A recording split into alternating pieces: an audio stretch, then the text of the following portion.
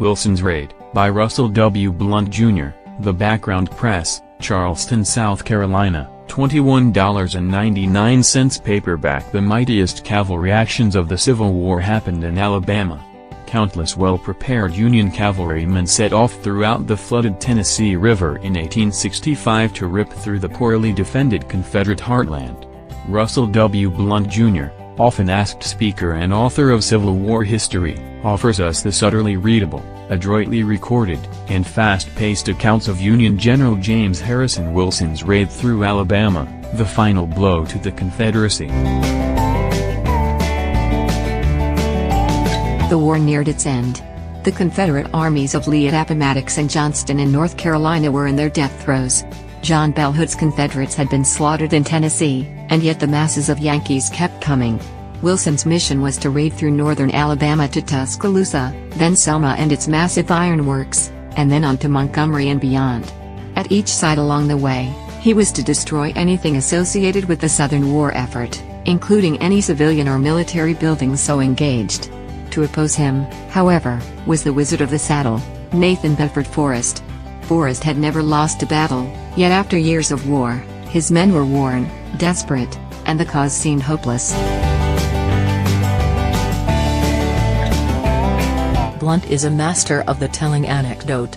He finds actual comments from diaries, post-war memoirs, contemporary newspapers, even private letters to make his tale appear alive, as if being told by those who were there.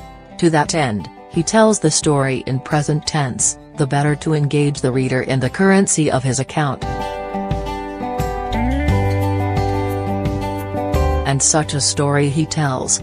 From private accounts we discover the shock of Union cavalrymen at the utter poverty of North Alabama.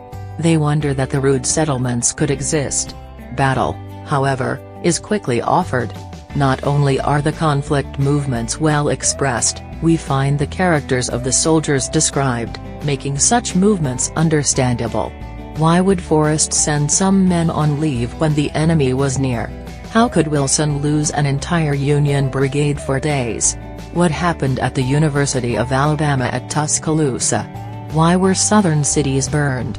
Blunt gives us the background to great events, remembered even today. Tuscaloosa surrendered after a brief skirmish. Yet, the university was burned largely due to it having sent whole classes of officer cadets to fight for the Confederacy. The incredible events that resulted in only one book, a Quran, being rescued from the torching of the university's library is unforgettable. Likewise, civilian, especially women's comments, breathed life into the affray, showing how chivalry wasn't totally dead. A wedding interrupted by invading Union soldiers was saved when the captured Confederate groom bade his captor for mercy. He was paroled with a promise to remain with his bride. Yet the main story is violent, brutal and destructive.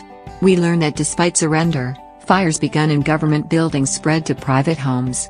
We read accounts of the burning of Tuscaloosa and Selma as if reading of the destruction of Pompeii, a major credit to Blunt's writing style. Eyewitness shock, horrified women, beaten civilians, and soldiers characterized the Southerners.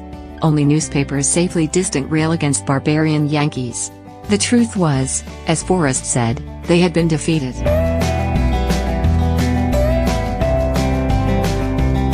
Blunt is to be commended for this masterwork. He keeps the reader engaged, alert, but aware of how personal traits influenced great events of grand armies. He shows us clear human tragedy, and how war came home to Alabama.